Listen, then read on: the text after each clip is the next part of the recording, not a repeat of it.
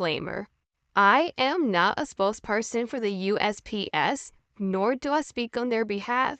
I am an active employee who works as a clerk. I have this channel based on educational purposes only. What is up, Postal Besties? It is your girl Creole Barbie with USPS Vlogs. If you're new to my channel, welcome. My name is Creole Barbie. I am a current USPS employee who works as a clerk at the plant. If you want to get to know me and find out what exactly I do here on my channel, be sure to check out my USPS playlist, where I'll give you a great deal of insight on how life is like while working for the Postal Service. You guys, I'm going to get straight into this video because it is a very important informational video. Now, I'm going to talk to you guys about something that I've been facing myself just recently, and that is, can the USPS give you disciplinary actions on your attendance while having FMLA? I'm going to go ahead and share my thoughts, my opinions, but not only that, I'm going to also give you guys the facts on how this process works and what you guys need to do to make sure that you are protected when having these issues that may occur. Alright, now when you have FMLA, that is Family Medical Leave Act. You can get FMLA for yourself or for your parent or your child. That protects you from being under disciplinary actions while missing work. You can get it for a numerous amount of reasons, and you have to have it approved by a doctor. You also have to have at least 1,200 working hours. I'm not going to go into the whole spiel about FMLA, but I wanted to give you an idea in case you were wondering what is FMLA and what it can be used for. It is to help protect your attendance under disciplinary actions that could lead to termination. In life, there's always unforeseen circumstances, and you don't want to have those circumstances become even bigger by facing disciplinary actions. So what happens when you follow all the steps and you are now getting disciplinary actions, or quote unquote an INI, for having an absence that is medical related and is also falling under the FMLA category? Now, here are some things that I will say that a lot of you guys need to do, okay? So this is something that I do. This bag right here is every piece of document I have when it pertains to my FMLA. I also have my original certificate that my doctor filled out. I have my approved FMLA when they approved it with my case number.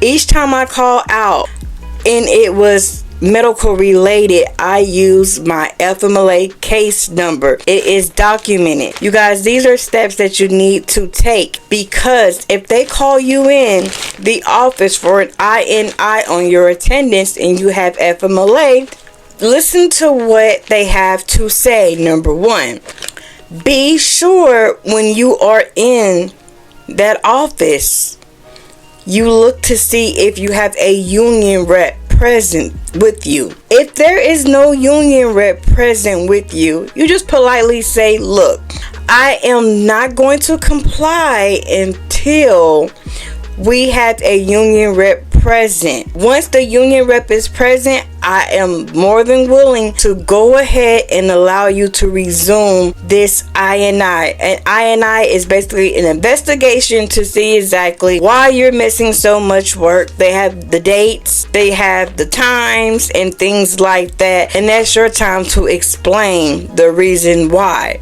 Now, when you're in there and you listen to the reason why with your union rep, and you tell them, I have FMLA and here is my case number.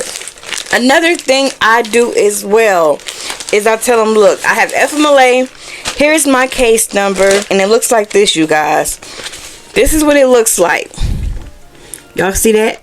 And then also I have my original certificate that the doctor filled out, as well as the certificate that was mailed to me that FMLA sends out once your case number is approved. I also look and see exactly how many days I was able to miss within that month. Because a lot of times, if you go over the number of days that the doctor says that you are able to miss within that month, what happens is now they can talk to you about your attendance because you went over that allowed time. However, if you do go over it, your union rep can simply grieve it and have it thrown out because technically it is FMLA related. Also, what people don't realize is that when you go into these INIs and you have FMLA and you tell them, look, I have FMLA, technically the conversation is supposed to be over when it comes to your attendance. For me, because I have a chronic illness, now the thing about my situation is this: I am allowed 1 to 4 days per month. When I have my surgery, I then had to take more days. However, in the fine print, my doctor stated that these days are subject to change based on increase of my episodes as well as for future upcoming surgeries. If you need your doctor to go ahead and make adjustments to it, I will highly suggest that you guys do that so you don't get in trouble for going over. That's something that needs to be discussed with your doctor about how many days off a month that you are needing to have off due to whatever condition that you have. I also keep every upcoming appointment I have like a calendar from my doctor's office that shows, like right here, it says MRI, that's February 27th. MRI with contrast, February 27th. Office visit with my doctor, March 15th. Office visit with my neurologist, April 18th. So basically, I keep all these because when they're going on and going on, I'm like, yep, and here's this for this, and here's this for this, and here's this for this. What else do you have next? You want to come with your smoke. You want to come with your bells and whistles and your smoke because you want to have this for yourself. You want to have this documentation for yourself. It's highly important, you guys. Just do your own due diligence and cover your own behind. Now, a lot of times you don't even hear anything about it when you have FMLA, but you know, different strokes for different management, I will say. Also, when I first found out about my condition, okay, and I was off for an entire month, my doctor, I had her write this return to work. And she stated how I was under her care, how I was not able to do the certain tasks of my job duties. She also informed them how long it would take for my FMLA paperwork to be completed by her, as well as that she has it pending and please allow me to miss work and things like that, okay? I kept that for a reason. I'm not just going in there and mentioning all this up front.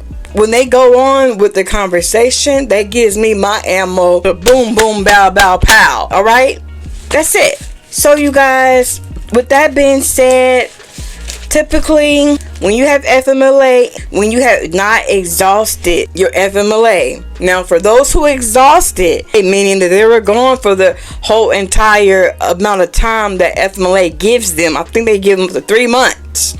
And if you've been gone that long and you're gone for 4, 5, and 6 months, of course, yes, they could talk to you about your attendance because you hadn't been there to accumulate 1,200 hours to try to get more to extend it, okay? As well as you went over your hours. If you go over your allowed days per month, I would highly suggest you talk to your doctor about adjusting that so you don't face disciplinary actions with your attendance due to that circumstance, because they're going to go by what the doctor says on how many days you're allowed per month. So it's very important, you guys, that you do what the paperwork says and try to adjust if needed. Okay, so I hope this video helps you guys understand it a little bit more. And also, if you done everything right and they're still trying to hammer you down on your attendance, then the union, take it to them, which they're going to be there in the first place. Allow them to handle the situation, and they will definitely handle it by having it grieved and thrown out, because we can't help that we have problems and health issues and things like that. It just so happens. All right, so I hope you guys like this video. Comment in the comments below if you have any questions, or have you guys faced these challenges as well. I want to know. Inquiring minds want to know, you guys. Thank you for watching my channel. As always, subscribe if you hadn't done so already to stay connected with future content and uploads. In the meantime, you guys, I will see you later. All right, deuces.